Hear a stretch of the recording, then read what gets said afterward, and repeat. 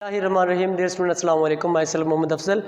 आज हम अपने 10th क्लास के चैप्टर 17 का नेक्स्ट हाफ पढ़ेंगे और इस आज के जो टॉपिक है हमारा वो बेसिकली वेरी इंपॉर्टेंट टॉपिक है लेक्चर के हवाले से, और वो है genetic engineering and basic steps of genetic engineering, और उसकी कुछ अचीवमेंट्स आज हम पढ़ेंगे। बेटा ये सिलेबस हम ALP के मुताबिक पढ़ रहे हैं और इसके लिहाज से इसमें जो जो इम्पोर्टेंट शॉर्ट क्वेश्चंस और लॉन्ग क्वेश्चंस हैं आप उसको मार्क कर लीजिए, जिसमें आपका पहला इंपॉर्टेंट शॉर्ट क्वेश्चन है define genetic engineering, basic steps of genetic engineering long question है, जिसको आप स्टार्ट कहाँ से करेंगे, डेफिनेशन से, और उसके बाद अचीवमेंट्स भी अलग लॉन्ग क्वेश्चन आएगा, बल्कि वो इसके साथ नहीं आएगा। अचीवमेंट्स में से जो पॉइंट्स दिए गए हैं ये आपसे डिफरेंट ऑब्जेक्टिव में और शॉर्ट क्वेश्चन के लिहाज से पूछे जा सकते हैं, तो इस हवाले से आज का हमारा लेक्चर बहुत इंपॉर्टेंट है, तवज्जो से सुनिएगा। चलिए स्टार्ट करते हैं। जेनेटिक इंजीनियरिंग एक ऐसा प्रोसेस जिसको नाम दिया जाता है रिकम्बिनेंट DNA टेक्नोलॉजी यानी कि DNA को दोबारा से रिकम्बाइन करने वाली टेक्नोलॉजी, जिसमें DNA को रिकम्बाइन किया जाता है।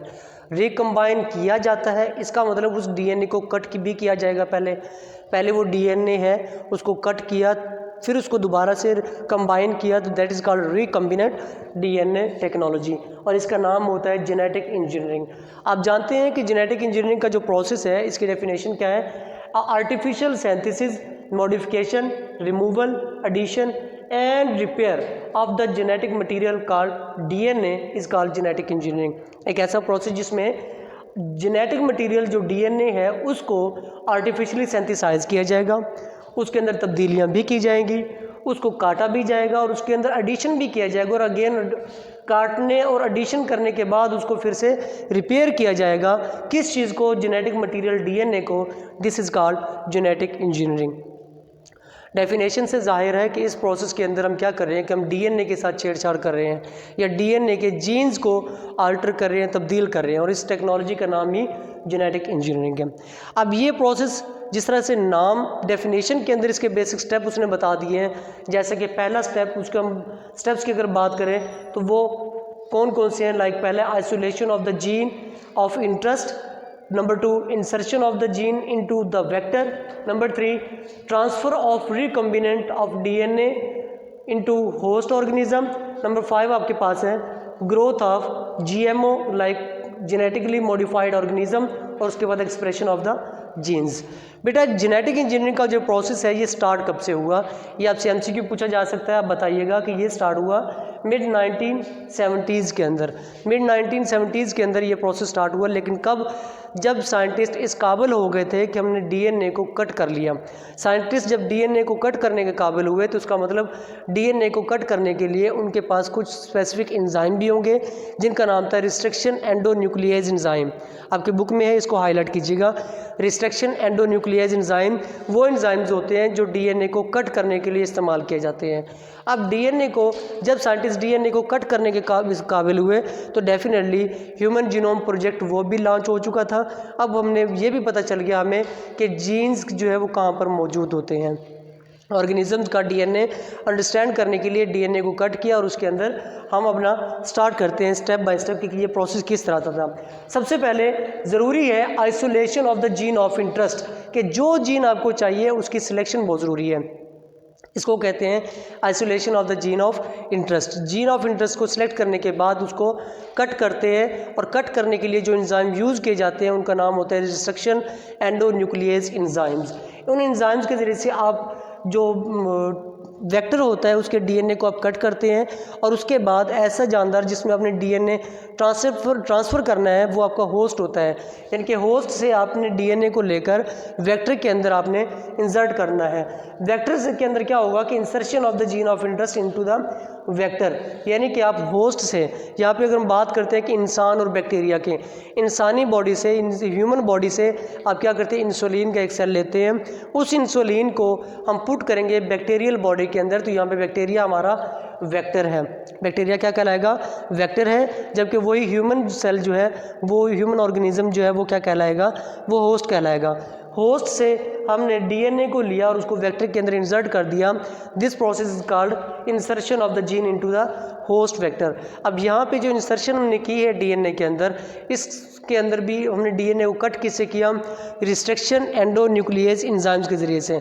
अभी हमने जीन ऑफ इंटरेस्ट को अलग अलग कर लिया, अलग करने के बाद हमने उसको वेक्टर के अंदर इंसर्ट भी कर दिया।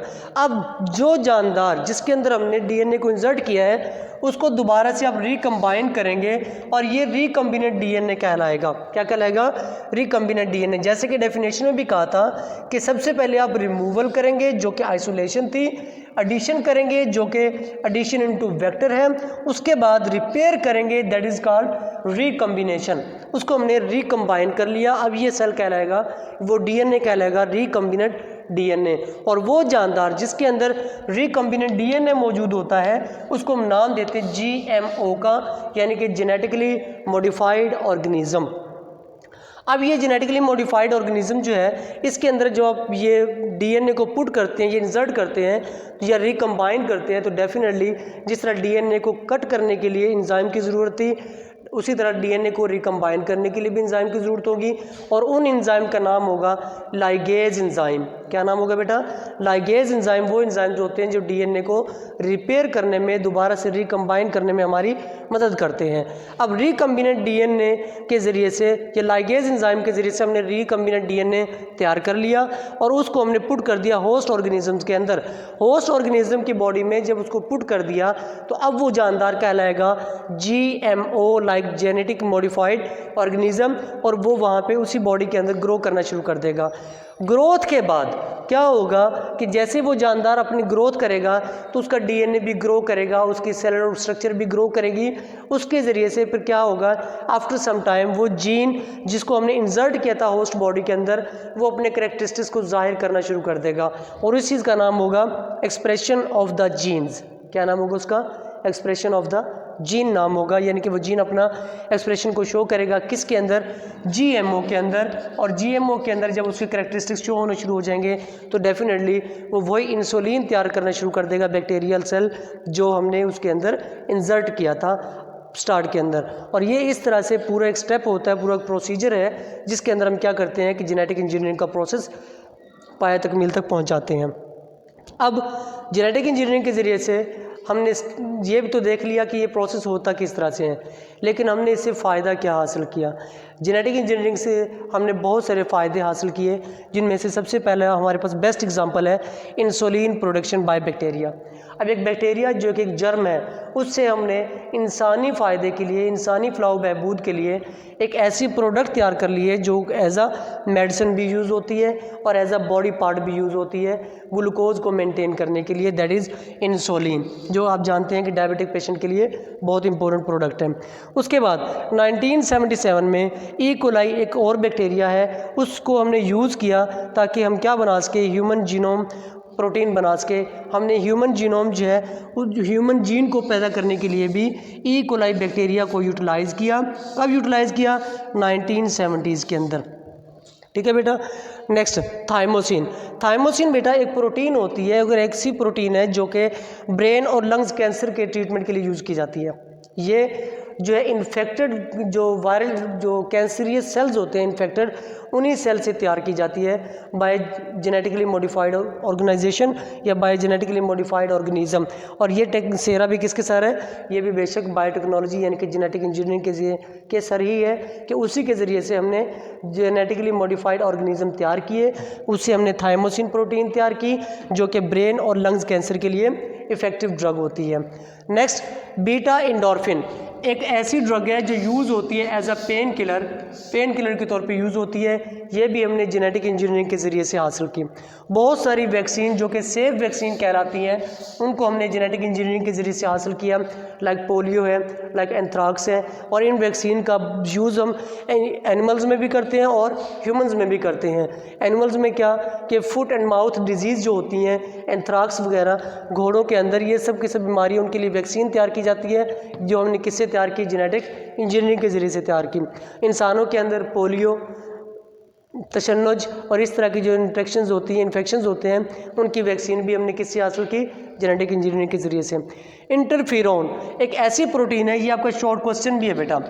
इंटरफेरॉन और यूरोकाइनेज, ये आपका शॉर्ट क्वेश्चन भी है इंपॉर्टेंट, और इसमें लाजमी देखेंगे। इंटरफेरॉन जो है ये एक प्रोटीन है जिसको हमने 1980 के अंदर तैयार किया, और ये एंटीवायरल प्रोटीन है। इसको हमने इन्फेक्टेड वायरल सेल से ही हासिल किया। हमने इन्फेक्टेड वायरल सेल के अंदर मॉडिफिकेशंस की और उनको इस काबिल बना दिया कि वो हमारे फ़ायदे के लिए काम करना शुरू कर दें। This technique is called biotechnology, और ये बेशक जेनेटिक इंजीनियरिंग के ज़रिए से हुआ। कब? 1980 के अंदर। यूरोकाइनेज एक और आपके पास ड्रग है, एक और आपके पास प्रोटीन है जिसको आप यूज़ करते हैं, use to dissolve blood clot. Blood clot को डिज़ोल्व करने के लिए यूज़ करते हैं, जो आप जानते हैं कि हार्ट पेशेंट के लिए एक यूज़फुल प्रोडक्ट होती है, और ये भी आपने जेनेटिक इंजीनियरिंग के ज़रिए से बाय जेनेटिकली मॉडिफाइड ऑर्गेनिज्म हासिल की।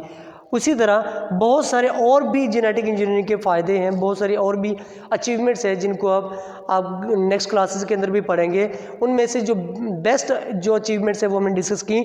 उनमें से कुछ मेजर और भी हैं, like blood disorder, thalassaemia, haemophilia, इनको ट्रीट करने के लिए भी आप जेनेटिक इंजीनियरिंग के ज़रिए से, जीन थेरापी के ज़रिए से जीन्स के अंदर ऑल्ट्रेशन करते हैं, तब्दीलियाँ करते हैं, और इंसान जो है उसे फ़ायदा हासिल कर रहे हैं। पौधों के अंदर क्या फ़ायदा है कि पौधों के अंदर हमने ऐसे सीड तैयार कर लिए हैं जो खुद ब खुद इन्वायरमेंट से नाइट्रोजन को फिक्स कर लेते हैं। अब इससे हमें और किसी और फर्टिलाइज़र की या बैक्टीरियाज़ की ज़रूरत नहीं होती, या हमने बैक्टीरियाज ऐसे भी फर्टिलाइज़र यूज़ बना लिए हैं जो कि क्या करते हैं, हमारे प्लांट्स के लिए नाइट्रोजन को फिक्स करते हैं, जो कि हमारी एक जेनेटिक इंजीनियरिंग की अचीवमेंट है। तो ये था हमारा आज का लेक्चर, जिसमें हमने डिस्कस किया what is genetic engineering, what are its basic steps and achievements in genetic engineering. I hope कि लेक्चर आपको समझ आ गया होगा। इस हवाले से कोई भी कन्फ्यूजन हो आप व्हाट्सअप कर सकते हैं। जज़ाकल्लाह।